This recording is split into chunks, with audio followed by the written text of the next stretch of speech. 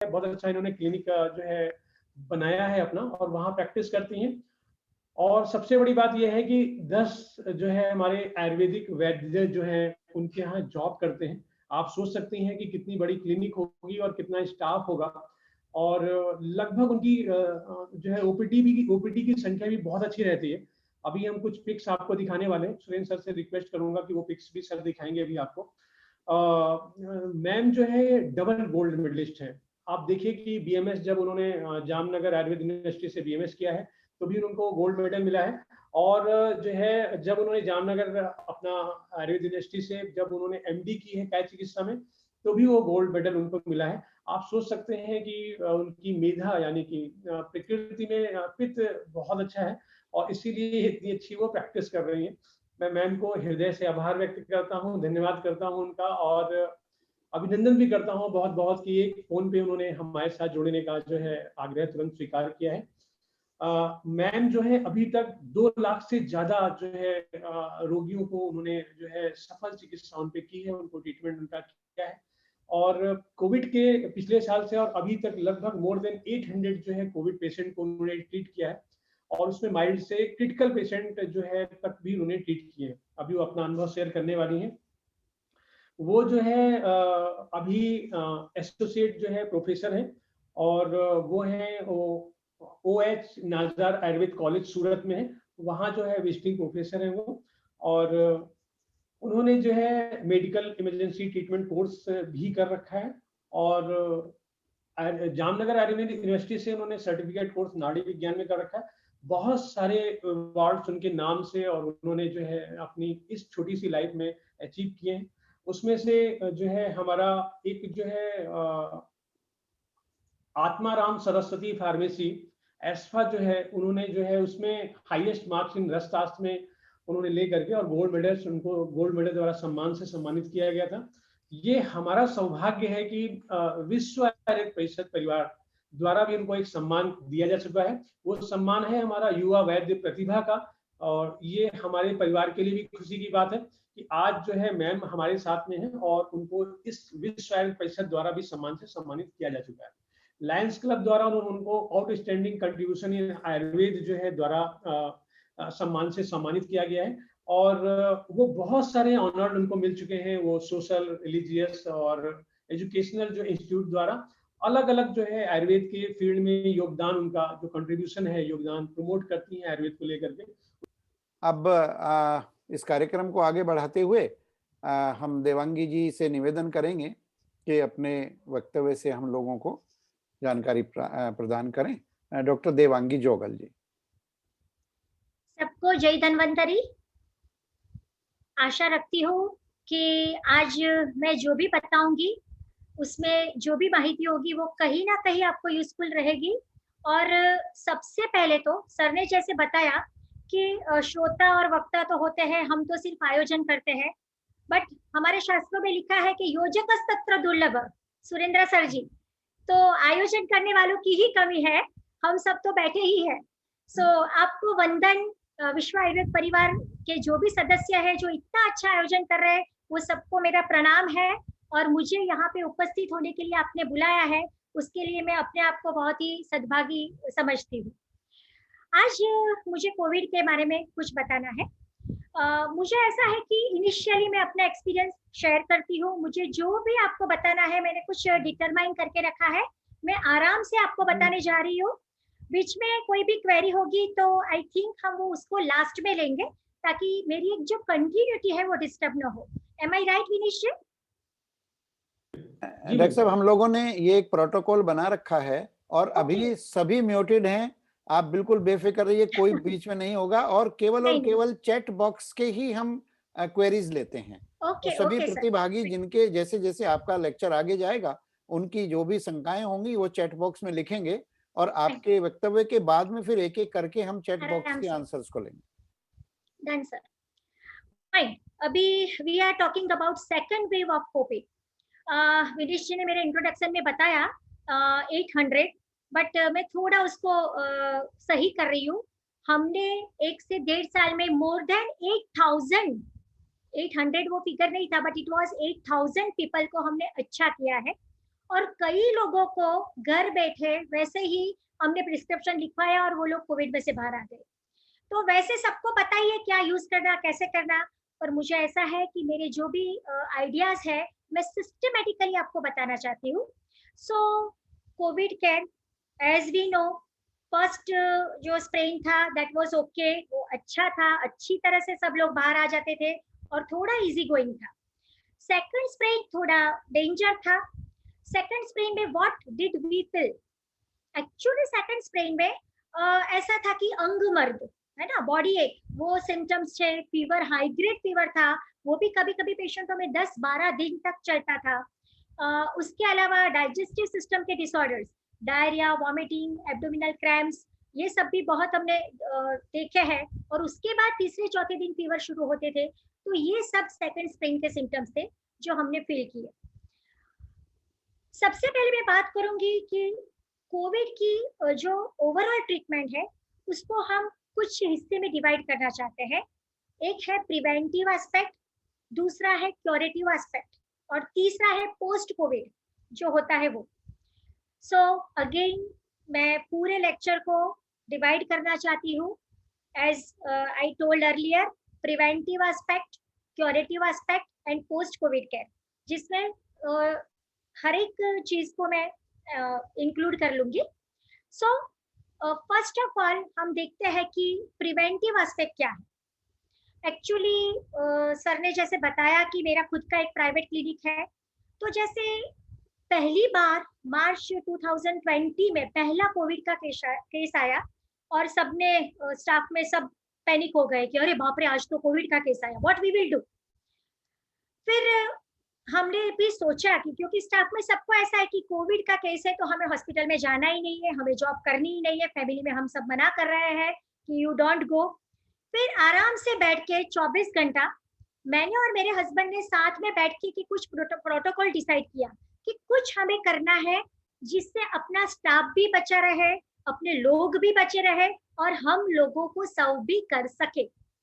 और फिर हमने जो प्रोटोकॉल बनाया वो कुछ इस तरह का था कि कंपलसरी सबको स्टीम लेनी है। स्टीम पे हमने जो वीडियोस वायरल किए हैं वो कई कंट्री में से उसके फीडबैक आए हैं, positive, negative, everything is that. But हमने ऐसा सोचा कि कंपलसरी जो भी हॉस्पिटल में जॉब कर रहे हैं उनको आके पहले हमारे सेटअप में स्टीम रूम में जाना है, स्टीम लेनी है और फिर अपनी जगह पे जाना है। कोविड पेशेंट को जो भी डॉक्टर देखते हैं वो अटेंड करने के बाद, क्लोजली अटेंड करने के बाद हमारे हर एक डॉक्टर स्टीम लेने के लिए जाते हैं। इनफैक्ट ज्यादा पेशेंट होते तो ज्यादा बाहर भी जाना पड़ता है। जाते वक्त हर एक व्यक्ति जब हॉस्पिटल में से घर पे जाता है तो अगेन वो स्टीम रूम में जाता है, स्टीम लेता है और फिर अपने पीपी किट और ये सब निकाल के फिर वो घर पे जाता है। तो सबसे इफेक्टिव रहा steam protocol. Let me tell you very frankly कि हमने 8000 से भी ज्यादा लोगों को देखे हैं, बट भी आज भी हमारे स्टाफ के रिलेटिव्स, हाँ, जिनको कोविड हुआ है वो कहीं जॉब कर रहे हो ये है, बट आज भी हमारा स्टाफ 90% बचा हुआ है, अभी तक उनको नहीं हुआ है। सो स्टीम का भी एक एक्चुअली मेरा ऐसा है कि जिस चीज में मैं सोचती हूँ, जिसमें जाती हूँ ना, उसमें मैं डेप्थ तक जाती हूँ। तो स्टीम में जिन्होंने पीएचडी किया था उनके साथ मैंने फोन पे डिस्कशन किया कि सर एक्चुअली क्या तरीका होना चाहिए। उन्होंने बताया कि आइडियली ऐसा है कि 10 बार नाक से लो, मुंह से निकालो, 10 बार मुंह से लो, नाक से निकालो, तो एक वो जो पूरा पाथ है वो क्लियर हो जाता है। तो जनरली मैं बताती हूँ कि सिर्फ स्टीम लो, उसमें अजवाइन डालो, आप नीलगिरी का ऑयल डालो, कुछ भी नहीं भी डालो तो भी चलेगा, but you can take steam. हम जैसे वैद है तो हम लोग कुछ ना कुछ सजेस्ट करते हैं, कुछ भी नहीं, plain steam will be also as effective. So this is first thing कि हमने स्टीम का प्रोटोकॉल शुरू कर दिया, सबने स्टीम लेना शुरू कर दिया। सेकंड था डिकॉक्शन। आज भी हमारी हॉस्पिटल के बाहर वो बड़े बड़े जग पड़े रहते हैं, आजू बाजू वाले सब लोग आते हैं कि यहाँ पे तो काढ़ा मिलता ही है। जैसे गवर्नमेंट के प्रोटोकॉल में दशमुलक था, पथ्यादिक था, पर मैंने जो अनुभव किया है, अगर कोई काढ़ा परमानेंटली आपको पीना है तो सबसे इफेक्टिव 2 काढ़े I will suggest, that is द्वात्री दशांक वात एंड भारंग्यादिक वात। ये मेरा पर्सनल एक्सपीरियंस रहा है कि बस 2 टाइम पीते रहो, द्वात्री दशांकवात या भारंगवादिकात जो घर में ही है, जो घर में सेफ है, जिसको किसी के कांटेक्ट में नहीं आना है, वो लोग 1 टाइम लेंगे। जो घर में नहीं है, जिनको बाहर सबके क्लोज कांटेक्ट में आना है, उनको 2 टाइम्स लेना है। This was second thing for preventive aspect. I will repeat, this was second thing that is for preventive aspect. Third thing that is herbal tea. As we know, आधे litre पानी में अजवाइन ले लो आधा चम्मच, 4-5 पीस मरी ले लो, लौंग ले लो, 2-3 पीस तज ले लो, सेंधा नमक ले लो और सौंठ ले लो। उसको उबाल कर थर्मोस में भरकर ऊपर नींबू निचोड़ दो। हमारे स्टाफ के जितने भी मेंबर्स है ना, वो अपना अपना थर्मोस लेके आते हैं। पूरी ओपीडी के दौरान 2-3 घंटे पे वो 2-2 शिप पीते रहते हैं। ये 3 चीजें से हम कई लोगों को बचा पाए हैं, अभी तक बचे हैं, और ये प्रिवेंटिव एस्पेक्ट में बहुत ही इफेक्टिव रही है। I conclude the preventive aspect that includes steam inhalation, decoction and herbal tea. So now coming to the main, that is therapeutic या curative aspect. I think मेरी आवाज सबको अच्छी तरह से आ रही है। सुरेंद्र जी, विनीश जी? जी बिल्कुल। Okay, fine. So coming to curative aspect. Curative aspect को again मैं 3 चीजों में डिवाइड करना चाहती हूँ। Okay, contain of herbal tea, I will repeat. आधे लीटर पानी में 4-5 दाने मरी के आप कूट के डाल दो, 2-3 पीस तज के आप कूट के डाल दो, 2-3 पीस लौंग के आप कूट के डाल दो, आधा चम्मच अजवाइन डाल दो, सेंधा नमक आधा चम्मच ले लो और सौंठ ले लो 1/4 या आधा चम्मच, और उसको उबाल लो। उसको थर्मोस में छान कर भर लो, ऊपर नींबू निचोड़ लो। Enough. Now coming to curative aspect. Curative aspect को again mild, moderate and severe 3 stage में मैं डिवाइड करना चाहूंगी। बहुत फ्रेंकली बताऊं, मुझे 2-4 चीजें आपसे शेयर भी करनी है, क्योंकि यहाँ पे मैं वैद्यों के बीच में रहती हूँ, तो काफी बार तद्वितीय संभाषा भी होती है। मैंने फर्स्ट वेव जब था, तभी मेरे कई वीडियोस मैंने अपलोड किए थे यूट्यूब पे और सभी जगह पे, और एक कॉमन प्रिस्क्रिप्शन मैंने लोगों को शेयर किया था। तभी कई लोगों ने ऐसा बताया कि नहीं देवांगी, आपको ऐसा नहीं करना चाहिए, आयुर्वेद तो ऐसा है, सत्व सात्व्य प्रकृति वय देश काल ये सब देख के डिसाइड होना चाहिए। तो फिर मैंने बताया कि अरे पूरा देश मरने को जा रहा है, अभी लेमन को फेबिफ्लू का नाम आ रहा है, एजिथ्रोमाइसिन का नाम आ रहा है, तो अपनी दवाई का नाम क्यों नहीं आए? अभी ऐसा समय नहीं है कि हर एक वैद्य आदमी की नाड़ी देखेगा, प्रकृति देखेगा, सब देख के वो दवाई दे। It is not possible at all. हमारे सामने टप टप टप करके लोग मर रहे हैं। तो मेरा ऐसा प्रयत्न है कि लक्ष्मी विलास रस, त्रिभुवन कीर्ति रस, मैंने जो भी कॉम्बिनेशन बताया था, वो एटलीस्ट लेमन ले, थोड़ी भी तकलीफ में ले, वो बाहर आ जाएगा। और शायद उसको देखे बिना उसने 7 दिन लक्ष्मी विलास ले भी ली, तो ऐसी कोई बड़ी आपत्ति नहीं आने वाली है जैसी रेमडेसिविर से आती। तो मेरा ये पर्सनल सजेशन रहा कि नहीं, पूरी दुनिया मरने जा रही है, तो हमें कुछ आयुर्वेद वैद्यों को करना ही चाहिए और कुछ ऐसा ठोस कॉम्बिनेशन लोगों को शेयर करना चाहिए, जिससे माइल्ड और मॉडरेट सिम्टम्स वाले तो वैसे ही बाहर आ जाए।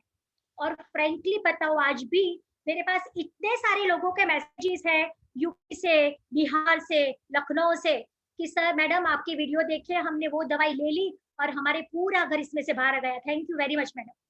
तो ऐसा मानती हूँ कि हो सकता है किसी को सूट हो ना हो, बट एक बार 7 दिन 10 दिन अगर अपनी ये दवाई ले भी ली तो नथिंग टू वरी।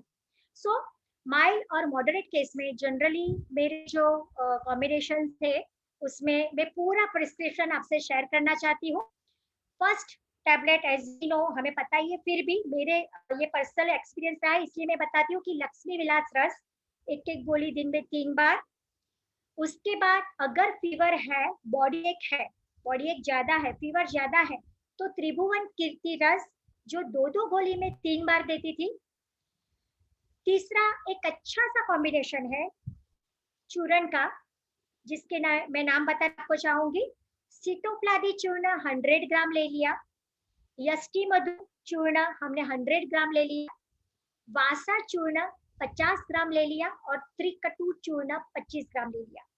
सिटोप्लादी, यष्टि मधु, वासा और त्रिकटु, इसका ये कॉम्बिनेशन जैसे मैंने आपको शेयर किया, अगेन आई रिपीट, सिटोप्लादी 100, यष्टि मधु 100, वासा 50 और त्रिकटु 25, इसका एक अच्छा सा कॉम्बिनेशन बना लो। आपको अगर माइल्ड मॉडरेट लगता है, नॉमिनल लगता है, पेशेंट की पेइंग कैपेसिटी एकदम कम है, तो ये चूर्ण दिन में 3 बार हनी में मिला के चाटने के लिए दे दो। अगर थोड़ी अच्छी पेइंग कैपेसिटी है तो ये चूर्ण जो बना है उसमें से 50 ग्राम निकाल कर उसके अंदर 1 ग्राम अब्रक भस्म सहस्त्रपुटी डाली है, तो उसका रिजल्ट और भी अच्छा हो जाएगा। अब्रक भस्म की बात आती है तो मुझे ऐसा होता है कि मैं और आधा घंटा बोल दूं, इतनी प्रभावशाली और इतनी इफेक्टिव दवाई है अब्रक भस्म। तो मेरा ऐसा है कि नॉर्मली कुछ नहीं भी हो तो भी आप ये डोज में दे सकते हो, और क्रिटिकल केस में भी मैं बताऊंगी आगे कि हमने अब्रक भस्म किस तरह से दी है। सो ये चूर्ण दिन में 3 बार हनी में मिला के आप चाट सकते हो। सो ये तीसरी चीज मैंने बताई। चौथी चीज है सुवर्ण बसंत मालती रस, और 1-1 गोली दिन में 2 बार या 3 बार, और श्वास कुठार रस 2-2 गोली दिन में 3 बार। ये एक जनरल कॉम्बिनेशन था। ये कॉम्बिनेशन के साथ भी हमारा जो काढ़ा है, द्वात्री दशांग और भारंग्यादी और कोई भी एक, अथवा तो उसके साथ हमारी हर्बल टी है और उसके साथ हमारी स्टीम है, ये तीनों तो उसके साथ चलते ही है। सो दिस वाज ओवरऑल एक कॉम्बिनेशन था। पहली बार जब पहला स्प्रेइंग था ना, तो उससे क्या है कि बहुत अच्छी तरह से इजीली सब बाहर आ जाते थे। सेकंड स्प्रेइंग में कुछ ऐसा हुआ कि कुछ कुछ चीजें लंबी चली। एज फॉर एग्जाम्पल, माइल्ड और मॉडरेट तो जनरली इससे आ जाते हैं। सेकंड स्प्रेइंग में मैंने देखा कि कई लोगों में फीवर बहुत लंबा चलता है, फीवर 5 दिन 7 दिन, वो भी हाई ग्रेड फीवर। और फ्रैंकली बताऊं तो मेरा ऐसा है कि मैं थोड़ी ओपन माइंडेड हूँ कि जिसका जो अच्छा है ना उसको अपनाना चाहिए। फीवर में मैं डेफिनेटली पेशेंटों को बताती हूँ, जब हाई ग्रेड फीवर हो तो आपको पैरासीटामोल ले लेनी है। ऐसे नहीं कि बस बैठे रहना है, लंघन करो। ये थोड़ा ऐसा है कि वो क्रिटिकल होता है, पेशेंट भी पैनिक हो जाता है, तो फाइन, अगर आपको फीवर ज्यादा है यू कैन टेक पैरासीटामोल। ये हमारा एक व्यू था कि किसी को भी फीवर आता था तो हम उनको प्रोवाइड करते थे। पर जनरली 3 से 5 दिन में जब फीवर कंट्रोल में नहीं आता था तो उसमें कुछ कुछ दवाइयां हम ऐड करते। उसमें मेरी ड्रग ऑफ चॉइस थी जय मंगल रस, और जनरली मैं दूध पापेश्वर कंपनी ज्यादा यूज करती थी। और फ्रैंकली बताऊं कि 3 या 5 गोली में पेशेंट का सामने से कॉल आ जाता है कि मैडम अभी फीवर गया। 10 गोली कंप्लीट होते तक तो काफी अच्छा उनको महसूस होता है। बीच में कुछ ऐसा हुआ कि मेडिसिन की अवेलेबिलिटी नहीं थी, और रोज हमारे 80 to 100 की ओपीडी रहती थी, और हर रोज मैं डिमांड करूं मुझे ये दवाई चाहिए वो दवाई चाहिए, तो मेरे पास आते थे 50 पैकेट्स, तो उसमें मुझे ओपीडी पूरी मैनेज करनी थी। तो that was very difficult for me. जैसे कि अच्छे वैद्य है, उनको पता भी है, बट दवाई है ही नहीं, तो वो तो पॉसिबल नहीं है कि हम क्या कैसे लोगों को अच्छा करें।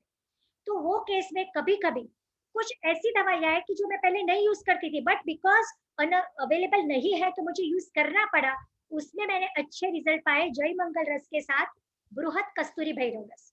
अगर जय मंगल रस मुझे नहीं मिला था, जो पेशेंट में मैंने बृहत कस्तूरी भैरव रस पाए उसमें भी मुझे अच्छा रिजल्ट मिले।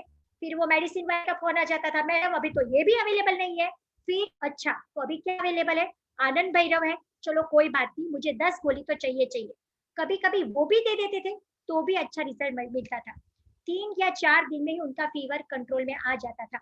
हाँ, और उसके साथ फीवर कंट्रोल के लिए मैं अगर कुछ यूज करती थी तो दैट वाज सडंग पानीय।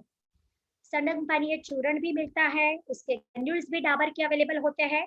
तो आधा लीटर पानी वो गर्म करके हम जैसे फाट बनाते हैं उबाल के, उसमें सडंग पानी डाल के, चूर्ण डाल के पूरे दिन में 2-2 शीप पीते रहना है।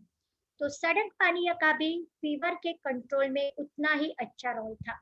This was all about severe category में फीवर कंट्रोल के बारे में। अभी सीवियर कैटेगरी में ही सेम अपनी जब बात होती है ऑक्सीजन डाउन होने की, ऑक्सीजन डाउन होने में सबसे इफेक्टिव अगर मेरी प्यारी कोई मेडिसिन है जो आपकी भी प्यारी होगी, और दैट इज श्वास चिंतामणि रस। हाँ, कभी ऐसा होता है कि कोई फार्मेसी में रिजल्ट नहीं मिलता है, पर जनरली स्टैंडर्ड फार्मेसी की श्वास चिंतामणि रस एक टैबलेट थोड़ा सा पीस लो, या तो मुंह पे ही चूसने के लिए रख दो, उसमें 3 चुटकी अब्रक भस्म डाल दो, और उसमें अगर श्वास कुठार का आपके पास चूर्ण है तो 1 चुटकी श्वास कुठार रस पाउडर वो डाल दो। मैंने कई सीवियर केसेस में श्वास का चिंतामणि के बहुत ही वंडरफुल अद्भुत रिजल्ट्स पाए हैं। और I would like to share कि धूत पापेश्वर की एक दवाई आती है काश श्वास हारी रस। अभी तो ऐसा है कि इतनी सारी मैंने मंगवाई है कोविड में कि वो लोगों को भी पता चल गया है कि गुजरात का ऑर्डर है, सूरत का है, तो देवानी का ही होगा। ठीक है, तो काश श्वास हारी रस में 2 चीज है, श्वास का चिंतामणि आती है और लक्ष्मी विलास दोनों आ जाते हैं, बट उसमें श्वास का चिंतामणि के मिलीग्राम थोड़े कम है, इट इज 62.5, और उसमें लक्ष्मी विलास रस भी है। तो जिनमें नॉमिनल होता है उसमें काश श्वास हारी रस देती थी, जिनमें थोड़ा ज्यादा होता है उनमें श्वास का चिंतामणि देती थी, और जिनमें बहुत ही ज्यादा था उनमें मैं काश श्वास हारी और श्वास का चिंतामणि दोनों ही साथ में देती थी। तो मुझे ऐसा है कि सीवियर केसेस जो होते हैं, जनरली सीवियर कैटेगरी में भी मुझे पसंद होगा कि हमने कैसे पेशेंटों को अच्छा किया है।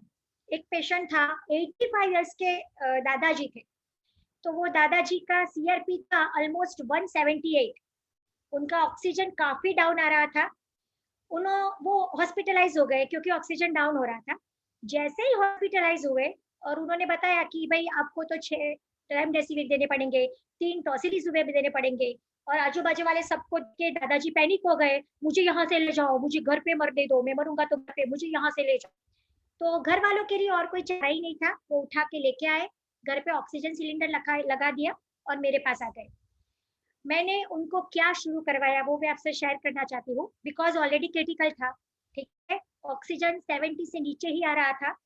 उसमें सुवर्ण वसंत मालती, काश श्वास हारी रस, श्वास का से चिंतामणि रस और 3 चुटकी अब्रक भस्म, ये सब दवाई हर 3 घंटे पे हमने देनी शुरू की।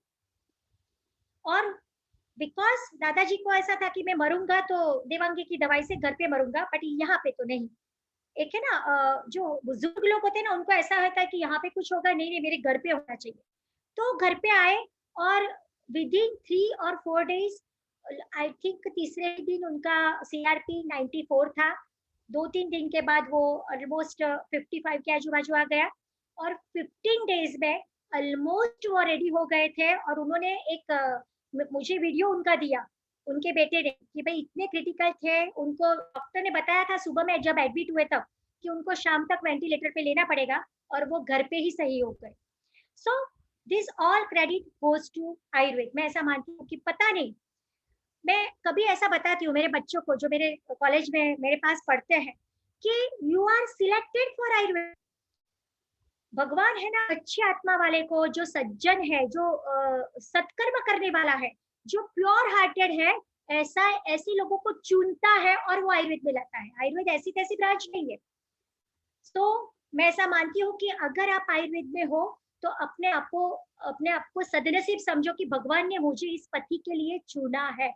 सो अगेन अभी जस्ट लास्ट मंथ में मेरे पास केस आया 211 सीआरपी वाला, और बिकॉज वो पेशेंट मेरे पास इसलिए आया था कि सूरत में कोई भी हॉस्पिटल में उनको जगह नहीं मिली, कहीं पे भी कोई बेड खाली नहीं है, सभी हॉस्पिटल के बाहर 10-10, 12-12 वेटिंग में पड़े हैं, और उनका ऑक्सीजन 60 से नीचे जा रहा था।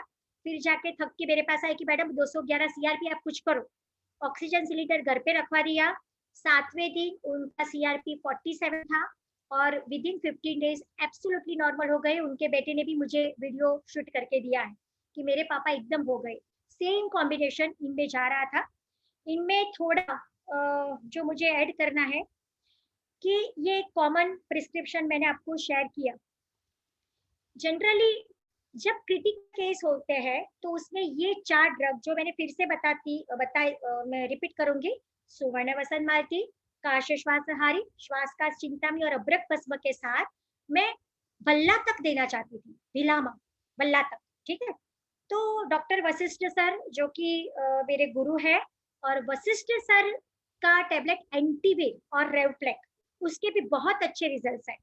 इनफैक्ट एंटीवीर भी 3-3 घंटे पे 2-2 टैबलेट हम कई पेशेंटों में बहुत प्यार से यूज करते हैं। और हमें जो ऐसा है कि बल्ला तक है और उष्ण प्रकृति वाला है, ये है वो है, पर बिलीव मी ऐसा कुछ भी नहीं होता है और बहुत ही वंडरफुल रिजल्ट्स मिल रहे हैं। इनफैक्ट एंटीवीर का मैक्सिमम डोज पर डे हमने एक दिन में 12 से 14-16 टैबलेट तक दिया है, और फिर भी हमें कोई प्रॉब्लम नहीं मिला, और बहुत ही अच्छी तरह से पेशेंट रिकवर होके वापस आ रहे हैं। उसी तरह जब डी डाइमर हाई होता है, थोड़ा ऐसा लगता है कि थोड़ा प्रॉब्लम है, तो एंटीवीर के साथ रेवप्लेक हम ऐड करते हैं। वो भी डॉक्टर वशिष्ठ सर की, जिसमें चित्रक है, बल्ला तक है, गुगलू है, तो वो दोनों साथ में जाते हैं तो मार्वेलस रिजल्ट्स मिलते ही है। But this is common combination कि जनरली वेरी सीवियर केसेस होते हैं, पेशेंट बाइपेप पे होते हैं, वेंटिलेटर पे होते हैं, तो भी ये कॉम्बिनेशन से हम इजीली बाहर लाते हैं। एक पेशेंट के बारे में मैं बताना चाहूंगी कि वो फर्स्ट ब्रेन का केस है, अभी का नहीं है, बट उसका सीटी सीवियरिटी 23 था आउट ऑफ 25। 3-4 जगह घूमे, कई जगह नहीं मिली। एक हॉस्पिटल में डॉक्टर ने चेक किया, बताया कि आपके मम्मी वो 2-3 दिन खींचेंगे, आप घर पे ले जाओ, सेवा करो, यहाँ पे जगह भी नहीं है, आप घर पे ले जाओ। उनके बेटे ने घर पे लेकर मेरे पास से दवाई शुरू की, और 5वें दिन उनके मम्मी खुद खड़े होने लगे और खुद सब कुछ करने लगे। उनका भी हमारे पास इंटरव्यू पूरा डाटा है। सो मेरे कहने का मतलब है कि हमें कभी ऐसा लगता है कि हम आयुर्वेद वाले, मैं ऐसा मानती हूँ कि ऐसा सोचना चाहिए, हम आयुर्वेद वाले, ये एक तरीका होना चाहिए। और फिर हमने शुरू किया कि जो भी लोग अच्छे होते थे उसमें खास करके जो डॉक्टर्स है, जो मेडिकल फील्ड के हैं, जो दूसरे पेशेंट को हमारे पास भेजते हैं और वो देखते हैं कि रिजल्ट अच्छे हैं, उन लोगों के पास से तो मैं पक्का वीडियो लेती हूँ, क्योंकि लोगों को भी पता चले कि ये एलोपैथी डॉक्टर्स है, फिर भी वो आयुर्वेद को प्रमोट कर रहे हैं। मुझे कई बार दुख होता है। आज ऐसा है कि जैसे गुप्ता जी ने बताया कि मेरे यहाँ 8 से 10 बीएमएस डॉक्टर मेरे यहाँ जॉब कर रहे हैं, और मुझे बहुत अच्छा फील होता है कि अभी कॉमन कोविड के पेशेंट तो मेरे तक आते ही नहीं है। मेरे स्टाफ वाले इतने कैपेबल हो गए हैं कि वो लोग खुद इतना अच्छा एडजस्टमेंट करके दवाई दे देते हैं। सिर्फ क्रिटिकल केस जो वेंटी पे है, जो वाइपेक पे है, जो एनआरबीएम पे है, वैसे ही मेरे पास आते हैं, और उसमें मुझे थोड़ा एडजस्टमेंट करना पड़ता है। सो ये सब मैंने जो बताया कि ये दवाई के साथ कभी कभार यूज करने जैसी दवाई जो मैंने इतनी फ्रीक्वेंटली यूज नहीं की, ये तो मैंने कॉमन कॉम्बिनेशन आपको शेयर कर दी है, पर कभी कभी जो मैंने दवाई यूज की है वो दवाई में है त्रैलोक्य चिंतामणि रस। जब मुझे ऐसा लगता है कि ये थोड़ा ज्यादा वीकनेस है, ज्यादा रिपोर्ट्स बुरे आ रहे हैं, पेशेंट सपोर्ट नहीं कर रहा है, तो ऐसे केस में त्रैलोक्य चिंतामणि रस भी हम आराम से देते हैं। एक टैबलेट में 3 बार देते हैं। त्रैलोक्य चिंतामणि से अगर काम नहीं बनता है तो ही मैं समीर पन्नग या हेम गर्भ पोटली का सोचती हूँ। काफी वाइड मेरे फ्रेंड्स भी काफी लोग हैं, वो बहुत फ्रीक्वेंटली वो यूज करते हैं, बट मेरा पर्सनल ये एक्सपीरियंस रहा है कि मुझे वो यूज करने की ज्यादातर जरूरत नहीं पड़ी। बहुत ही कम केस में मैंने ये मेडिसिन यूज की है। So this was all about oral medicine जो माइल्ड, मॉडरेट या सीवियर केसेस में मैंने दिया है, और उसी से लोगों को अच्छा किया है। अभी दूसरा प्रश्न मैं आपसे करना चाहूंगी कि मुझे अभी ज्यादातर प्रॉब्लम सेकंड वेव में जो हुआ वो ये है कि एलोपैथी डॉक्टर्स अलाउ नहीं करते आपकी दवाई देने के लिए। तो फिर मैं क्या करती हूँ, मैं डायरेक्टली वो डॉक्टर से बात करती हूँ 1-2 बार कि भाई सर आप देख लीजिए। अभी एक इंटेंसिविस्ट का मेरे पे फोन आया, मैडम आई कांट अंडरस्टैंड कि ये आपकी दवाई क्या है, दैट इज सवास कास चिंतामणि रस। सो मैंने कहा कि सर फ्रेंकली स्पीकिंग कि आपकी दवाई में क्या है वो मेरा कंसर्न नहीं है, मेरी दवाई में क्या है वो आप कंसर्न मत रखो। हमारे लिए एलोपैथी महान नहीं है, आयुर्वेद महान नहीं है, आपके सामने जो बंदा सो रहा है वो उसकी जान महान है। So sir please, this is my sincere request, आपके कैंटीन में जो जा रहा है इसमें कुछ भी नहीं जा रहा है, और आप गूगल करोगे ना तो भी आपको पता नहीं चलेगा कि इसमें क्या जा रहा है। So please sir, this is my sincere request कि आप एक बार अलाउ करिए।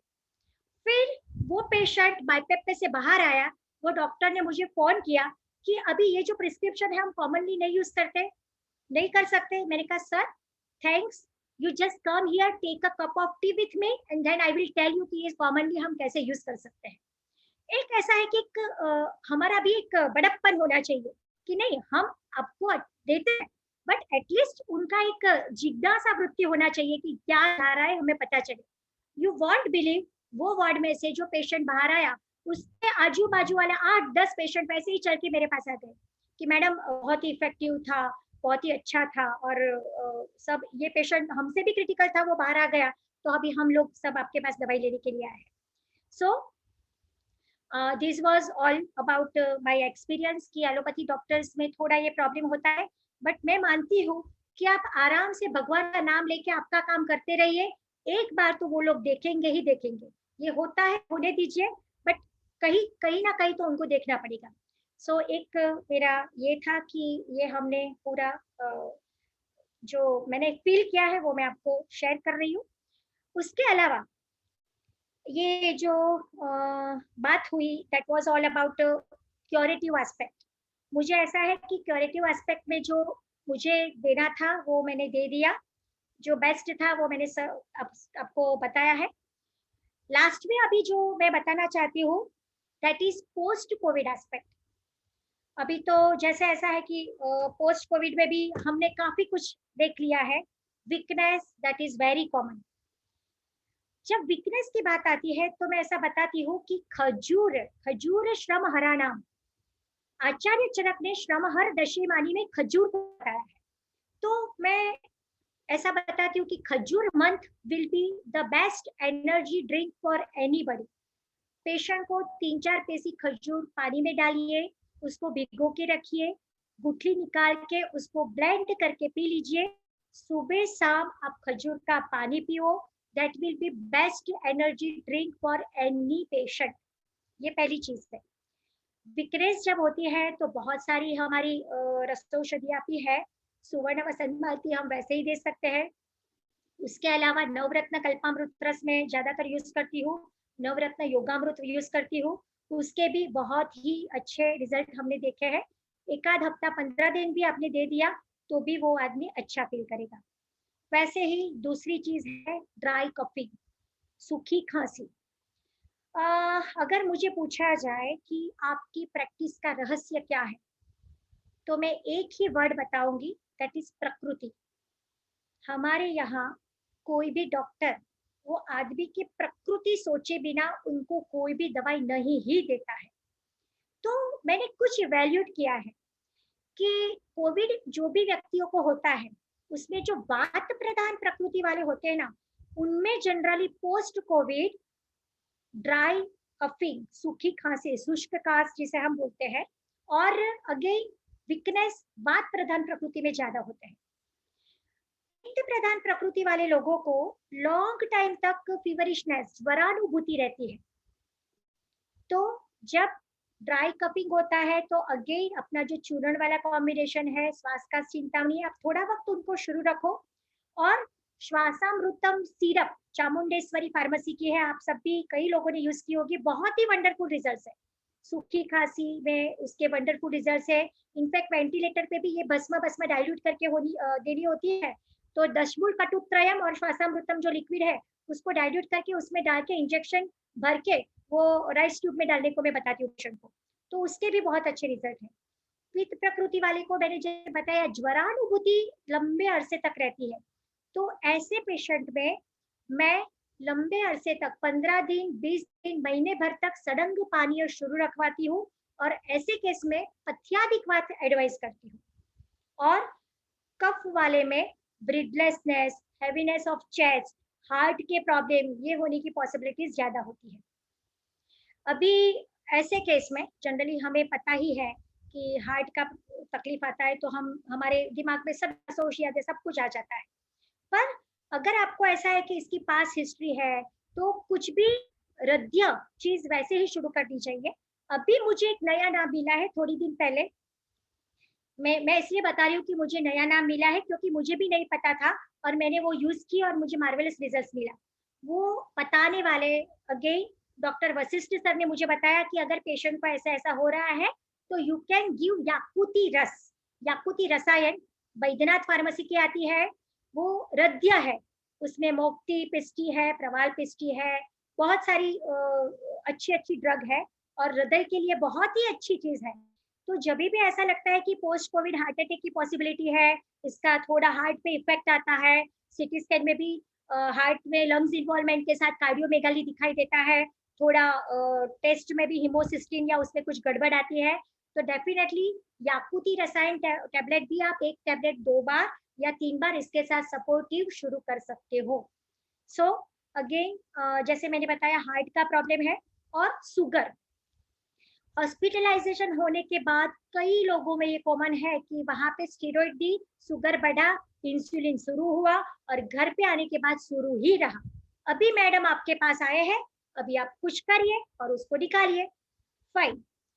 मैं ऐसा मानती हूँ कि ओवरऑल कोई भी मेडिसिन जा रही है तो तुरंत ऐसे कॉन्फिडेंस में आके कल से इंसुलिन बंद कर दीजिए, मैं बैठी हूँ, ऐसा मैं रिस्क नहीं लेती।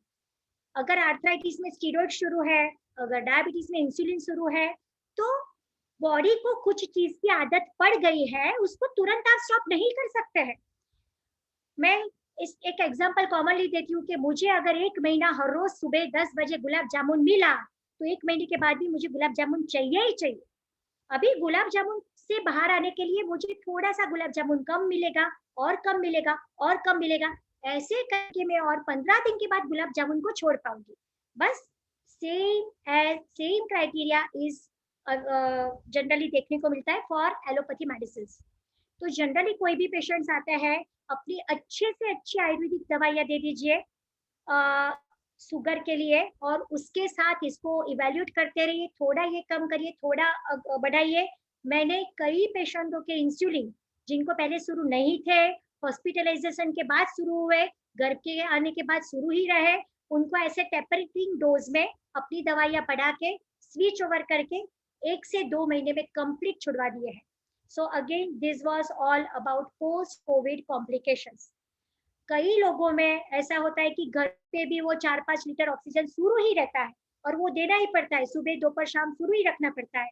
सेम अगेन वो श्वास का सिंटम अब्रक वाला कॉम्बिनेशन आप 3-3 या 4-4 घंटे पे देते रहोगे तो डेफिनेटली वो ऑक्सीजन कवर हो जाएगा और डेफिनेटली वो धीरे धीरे धीरे करके वो छूट भी जाएगा और जो भी पेशेंट है वो अच्छा रहेगा। So this was all about post Covid complication. अभी मुझे 2-3 चीजें बतानी है जो मैं आपसे शेयर करना चाहूंगी। एक्चुअली यहाँ बहुत सारे अच्छे अच्छे वैद्य पूरे इंडिया में से ये कार्यक्रम सुन रहे हैं, तो मेरी एक रिक्वेस्ट है कि हमें है ना अपने आप में एक यूनिटी रखनी है। हम जब पढ़ते थे तो ऐसा था कि जो भी गुरुजन है वो सब सिखाते थे, बट वो क्लिनिक में कौन सी दवाई यूज करते थे ना वो कभी पता ही नहीं चलता था और हम पूछने की हिम्मत भी नहीं कर पाते थे। तो अभी जमाना बदल गया है, मैं आज हूँ कल नहीं रहूंगी, तो मेरे साथ मेरा ज्ञान चला नहीं जाना चाहिए। तो सभी वैद्य गणों को एक रिक्वेस्ट है कि अपनी डाउनलाइन तैयार कीजिए, अपने पास जो भी नॉलेज है ना वो दूसरों को शेयर करिए। जितना आप लोगों को बताएंगे उतना वो लोग जन समाज तक पहुंचेगा। एलोपैथी डॉक्टर्स को कुछ भी पता चले या नहीं चले सबको शेयर कर देते हैं और हमारा ऐसा है कि मेरे पास रहे किसी को पता न चले। तो मेरा ऐसा है कि एक तो वैद्य गणों में एक यूनिटी चाहिए, एक दूसरे के लिए एक रिस्पेक्ट होना चाहिए। अगर दूसरे का पेशेंट मेरे पास आया है और मैं बताऊंगी कि अरे रे रे रे इसने ये दवाई दे दी, ये तो देनी ही नहीं चाहिए, ये ऐसे कैसे दे सकता है, इससे अच्छा मैं ऐसा बोलूं कि अरे भाई अच्छा बहुत अच्छी दवाई दी फिर भी आपको नहीं अच्छा हुआ, चलो थोड़ा सा मैं करेक्शन देती हूँ, बाकी वैसे ये वैद्य ने अच्छी दवाई दी। बट हमारा जनरली ये होता है कि हम एक दूसरे को काटते हैं, तो हम एक दूसरे के पूरक बनने चाहिए। मेरे यहाँ अभी मैं स्पेशलिटी क्लिनिक डेवलप करने जा रही हूँ। हमारे सूरत में एक डॉक्टर है, वैद्य है अपने, I will tell the name, doctor Mansukh Mangukiya. He is expert of पित्ताशमरी, that is gall bladder stone. तो उनको बहुत अच्छी तरह से वो मैनेज कर रहे हैं। तो सब कुछ मुझे नहीं आता है, मुझे जो आता है उनको मैं भेज देती हूँ कि फाइन, अगर मेरे पास जीबी स्टोन का पेशेंट है तो sir you deal with this patient, आप उनको अच्छा करिए। वैसे ही सूरत में मैं बताऊंगी, doctor Rajinikanth Patel is that, जो म्यूकरमाइकोसिस के एक्सपर्ट है। मैं उनके नाम के साथ इसलिए बताना चाहती हूँ कि मेरे पास पेशेंट आते हैं, मैं म्यूकरमाइकोसिस के पेशेंट डॉक्टर रजनीकांत को रिफर कर रही हूँ और बहुत ही मार्वेलस रिजल्ट्स मिलते हैं। वो कृमि की दवाई देते हैं, क्रूबिग्नावटी, या साथ में वो परिस्थिति देख के पलाशर्क, विडंग का धूप है, उसके साथ वो कुछ बृहदवाच, कई सारी दवाइयाँ वो यूज करते हैं, भल्ला तक भी यूज करते हैं वो पेशेंट की कंडीशन के हिसाब से। बट अगर वो बेस्ट है, उनको बहुत सारे पेशेंट में रिजल्ट दिया है, तो उनको रिस्पेक्ट दीजिए। जरूरी नहीं है कि डॉक्टर देवांगी को वो आए, देवांगी नहीं आता है, देवांगी का इतना एक्सपीरियंस नहीं है, तो देवांगी को वो पेशेंट वहां पे भेज देना चाहिए। सो अगेन मैं ऐसा बताना चाहती हूँ कि सब वैद्य एक दूसरे को रिस्पेक्ट देंगे, एक दूसरे के साथ मिलकर रहेंगे, एक दूसरे को क्रिटिसाइज करना बंद कर देंगे, तो हमारी पथी अपने आप में ही महान है। मैं ऐसा बताती हूँ कि कौन सी चीज ऐसी नहीं है जो हम अच्छा नहीं कर सकते। अभी मेरे पास फर्स्ट ईयर के 2-3 स्टूडेंट आए थे मेरी हॉस्पिटल देखने के लिए कि मैडम अभी एक्चुअली हमें तो जाना था एमबीबीएस में, अभी आ गए आयुर्वेद में, तो कुछ अच्छा नहीं फील हो रहा, इसलिए आपको मिलने के लिए आए। मैंने कहा देखो बेटा, what you can do I want to share. आप है ना सबसे अच्छे हेयर स्पेशलिस्ट, ट्राइकोलॉजिस्ट हो, बाल आपके अलावा कोई ला ही नहीं सकता है। आप सबसे अच्छे स्किन स्पेशलिस्ट हो, सोरियासिस, एक्जिमा, ल्यूकोडर्मा, कुछ भी गिन लो, आयुर्वेद के बिना परमानेंटली अच्छा होता ही नहीं है। आप अच्छे, सबसे अच्छे रूमेटोलॉजिस्ट हो, HLA-B27 ले लो, RA ले लो, कोई भी ऑटो इम्यून डिसऑर्डर ले लो, वो आपके अलावा अच्छा होने ही नहीं वाला है। आप सबसे अच्छे फिजिशियन हो, बीपी, शुगर, ये सब आपके अलावा कोई मैनेज ही नहीं कर पाएगा। आप सबसे अच्छे ऑर्थोपेडिक हो, ऑस्टियोआर्थराइटिस है, कहीं और भी प्रॉब्लम है, तो आप you can deal with that. So आप तो ऐसे हो कि सभी के मास्टर हो, इनफर्टिलिटी है, आप अच्छे, सबसे अच्छे गायनिकोलॉजिस्ट हो। जैसे आई डिड माय एमडी इन काय चिकित्सा, बट मैंने गर्भ संस्कार के पेड बुक लिखी है जो बेस्ट सेलर है, वो इंग्लिश में भी अवेलेबल है, गुजराती में भी अवेलेबल है, और अभी थोड़े वक्त में वो हिंदी और मराठी में आने वाली है। सो ऐसा नहीं है, आप अपने इंटरेस्ट से, अपनी रुचि से शास्त्र पढ़िए, उसमें से कुछ निकालिए और उसको लोगों के सामने व्यक्त करिए। फ्रैंकली बताऊं वैद्यगण, मुझे कहना पसंद पड़ेगा, मेरे लेक्चर्स जो मैं प्रोफेशनली लेती हूँ लोगों के सामने, हाँ, लेमैन के लिए, सीनियर सिटीजन के लिए, प्रकृति के मेरे कॉन्सेप्ट है, कॉन्स्टिपेशन पे मैं लेक्चर लेती हूँ, वो पेड होते हैं और उसकी फीस भी बहुत ही ज्यादा होती है। सो जो जो बेस्ट कर रहे हैं, हमारे सूरत में वैद्य रत्नम संदीप पटेल जी है, तो उन्होंने भी ऑक्सीजन के लिए रेस्पिडोटू करके दवाई डेवलप की है, वो भी वंडरफुल रिजल्ट दे रही है। तो जिसमें जो बेस्ट है उनको पकड़ो, एक दूसरे को रिफर करो, एटलीस्ट पेशेंट को एलोपैथी में मत जाने दो, और फिर भी जरूरत पड़े तो भेजो। ऐसा नहीं है कि नहीं नहीं नहीं, ऐसा ही होना चाहिए। पेशेंट शुड सर्वाइव, वो अच्छी तरह से बचना चाहिए और अच्छी तरह से अपनी लाइफ पास करे, वो हमारे लिए जरूरी है। सो आई थिंक मैंने जो भी बताना था, मैं अभी घड़ी देख रही थी कि कितना बोल दिया। सो मुझे जो बताना था वो मैंने बता दिया है। अगेन मुझे इतना बड़ा एक स्टेज मिला जहाँ पे मैं अपने विचार व्यक्त कर सकूं, इसलिए सुरेंद्र जी का, विनीश जी का फिर से मैं धन्यवाद करना चाहती हूँ, और बाकी का सेशन में सुरेंद्र जी के लिए ओपन रखती हूँ कि आप शेयर करें। थैंक यू डॉक्टर साहब। और मैं ये कह सकता हूँ कि खाली एक वैद्य की चिकित्सीय प्रतिभा के साथ नहीं, एक ओवरऑल एक वैद्य का जो परिकल्पना है कि उसको कैसे बात करना चाहिए, कैसे बिहेव करना चाहिए, और अपने आप को किस तरीके से समाज में प्रतिष्ठित करना चाहिए, प्रतिस्थापित करना चाहिए। तो वो सारा मिलाकर आज मेरे सामने नजर आ रहा है। और निश्चित रूप से जो हमारे नए वैद्यगण जुड़े हैं, जो काफी बड़ी संख्या में हैं, तो उनको आपसे प्रेरणा मिली होगी, निश्चित रूप से, इसमें कोई दो राय नहीं है। और अब दोबारा से आपको पुनः धन्यवाद इसलिए देना पड़ेगा कि आप बिना किसी पारिश्रमिक के आज हमारे बीच में 40 मिनट बोली हैं, बिना पैसा लिए हम लोगों के बीच में आप आई हैं। सर थैंक यू, तो ये आपको पैसा लेने हमसे बोलने के लिए, बोलने का चांस देने के लिए। तो उसके लिए बस हम आपसे एक ही चीज मांगेंगे कि आप हमारे साथ जुड़ी रहें, जो भी समय आपके पास रहे, जब जब भी कभी विश्व आयुर्वेद परिषद को आयुर्वेद के लिए आपकी आवश्यकता पड़े, तो आप जो भी जितना समय दे सकें उतना समय दें।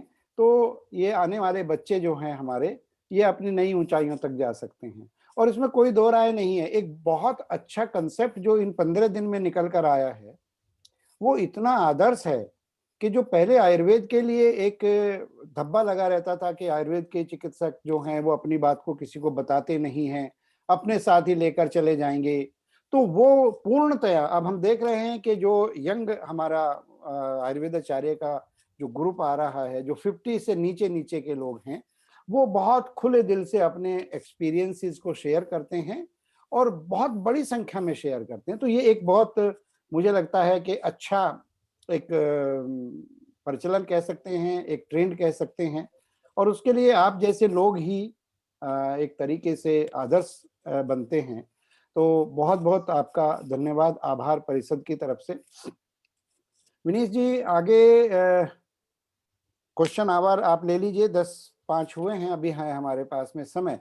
और हमारे बीच में हमारे राष्ट्रीय महासचिव प्रोफेसर अश्वनी भार्गव जी भी जुड़े हैं, उनका भी मैं स्वागत करता हूं इस सभा में। और एक दो क्वेश्चंस आए हैं, ज़्यादा तो नहीं है, चूंकि अधिकांश को आपने अपने अभिभाषण में ही उनको वो कर दिया है। एक शुरुआत में आया था, 2-3 बार रिपीट हुआ, किसी ने कहा होगा कि ज़्यादा स्टीम लेने से शायद कोई साइड इफेक्ट होता है, खास तौर से ट्राइजेमिनल न्यूराल्जिया के विषय में उन्होंने लिखा। तो ऐसा कोई एक्सपीरियंस आपका है अथवा नहीं है, या ये केवल एक परिकल्पना मात्र है? सर थोड़ा मैं ओपनली बताना चाहूंगी, और मैं ऐसा मानती हूँ कि ये हमारा परिवार है जो हमारे साथ जुड़ा है, तो मैं कुछ भी पर्सनल बात भी आपसे शेयर करना चाहूंगी। एक्चुअली ऐसा है कि सर स्टीम का हमने इतना प्रतिपादन किया, इतने वीडियोस बनाए, मेरे हस्बैंड के स्टीम के वीडियोस बहुत ही वायरल हुए, और वहां तक कि वहां से ऐसी क्वेरी आती थी कि भाई स्टीम तो नहीं लेना चाहिए, WHO ने मना किया है, ऐसा नहीं होना चाहिए। सो बहुत सारा एक वाक युद्ध हुआ। मैं ऐसा बताती हूँ कि वाक युद्ध, लिटरली इट वाज वाक युद्ध, कि भाई नहीं नहीं ये तो पॉसिबल ही नहीं है। पर फ्रेंकली बताऊं सर, अभी तो म्यूकोरमाइकोसिस में भी लोग ऐसा बता रहे हैं कि स्टीम ज्यादा लेने से लोगों को म्यूकोरमाइकोसिस होता है, पर हमने आज तक ऐसा नहीं देखा है। मेरे यहाँ बीच में तो ऐसा था कि मुझे एक्टिव पेशेंट को बहुत क्लोज से चेक करने के बाद मैं दिन में 8-10 बार भी स्टीम लेने के जाती थी, मेरे डॉक्टर्स भी जाते थे, बट एक इंटरनली अच्छा फील करते थे, और आज तक हमने स्टीम के कोई साइड इफेक्ट नोटिस नहीं किया है। हाँ, पर बहुत ज्यादा टाइम तक नहीं लेंगे। जैसे मैंने बताया, 10 बार नाक से लिया मुंह से निकाला, 10 बार मुंह से लिया नाक से निकाला, that will take only 2 to 3 minutes, maximum 3 minutes, that is enough. पर आज तक हमने नोटिस नहीं किया है। Thank you, thank you. Vinish ji, आपके पास कुछ क्वेश्चंस हैं? सर क्वेश्चंस तो मैम ने लगभग सारे टच किए हैं, और मैं मैम का जो उन्होंने फील्ड कवर अप की है वो बहुत मतलब लगभग बहुत ही ब्रीफ में अपनी सारी चिकित्सा को उन्होंने हर तरह के प्रिवेंशन से लेकर के पोस्ट कोविड तक पेशेंट को जो बताया है। और सबसे बड़ी बात है जो खजूर के बारे में उन्होंने बताया कि वो जो हमारा श्रम हरा नाम है, और वो त्रिदोष सामक है, और बहुत ही अच्छा जो है हमारा वो बल्ले है, तृप्तिकर है, ग्रहण करने वाला है, तो वो बहुत अच्छा रहा है मैम का। और दूसरी चीज जो उन्होंने, सबसे अच्छी चीज मुझे लगी जो एकदम डिफरेंट थी, और हमारे जितने भी स्पीकर्स हैं, वो प्रकृति वाली बात जो उन्होंने प्रकृति वाली बात बताई कि अगर वात प्रकृति को है तो डाई कफ पोस्ट कोविड में है, अगर पित्त है तो कहीं ना कहीं संताप आदि थोड़ा सा कंटिन्यू रहेगा उसके साथ साथ, और जो कफ प्रकृति है उसमें श्वास जो है हमारी उसके साथ कंटिन्यू रहेगी। तो इस तरह से जो उन्होंने प्रकृति वाइज जो बताया, ये बहुत ही प्यारा और बहुत ही नया हमारे आज बाल वैद्यों के लिए है। बाल वैद्य क्या, हम जैसे लोगों के लिए भी बहुत अच्छा एक सोचने वाला है कि हमें प्रकृति से कैसे हमें पोस्ट कोविड पेशेंट में हम देख सकते हैं। अगर शुरू में ही, जैसा मैम ने बताया कि मैम के यहाँ जो हमारे जो भी रोगी आ रहा है, सबसे पहले उनका प्रकृति परीक्षण हो रहा है। अगर प्रकृति परीक्षण हो जाता है तो वैद्य के लिए बहुत ईजी हो जाता है कि इसको कौन सी व्याधि होने वाली है, क्योंकि जो जिसकी प्रकृति, जो जिसका दोष प्रोमिनेंट है, वही व्याधि हमें दिखने वाली है उसमें। तो ये बहुत अच्छा मैम का कंसेप्ट है कि पहले रोगी आते ही उसके प्रकृति परीक्षण होता है और फिर वो कहीं ना कहीं वैद्य के पास आता है कि क्या प्रकृति है, और वैद्य उस पर कहीं ना कहीं आगे चिकित्सा देता है सारी चीजों को देखते हुए। दूसरी चीज मैम ने जो बताई है वो जो उन्होंने बताया कि कोई भी दवा, बहुत सारे लोग दावा करते हैं कि ये चीज तुरंत बंद कर दीजिए, ऐसा कर दीजिए, वो बिल्कुल गलत है। आचार्य चरक देवी जी जो कहा है कि टेपर ऑफ जैसे करते हैं, तो पादांशिक क्रम में उन्होंने बताया है कि कैसे धीरे धीरे करके हमें कोई भी चीजों को जो है, चाहे जो साथ में है चाहे असाथ में है, या चाहे हमारी कोई भी एलोपैथिक ड्रग्स हैं, उनको कैसे हमें धीरे धीरे करके पीछे लेना है, इसको हटाना है। और मैम ने जो बताया ये चीज की जो हमारा अनुभव है और उसको हमें ईमानदारी से हमें अपने नीचे बाल वैद्यों को देना चाहिए, वो अपने डाउनलाइन में कहीं ना कहीं हमें सप्लाई करके ही जाना चाहिए, वो बहुत अच्छा लगा मुझे। और मैम रियल में आपका जो प्रेजेंटेशन था, जो आपका अनुभव था, वो इतना उत्साह देने वाला था, इतना एनर्जी देने वाला था।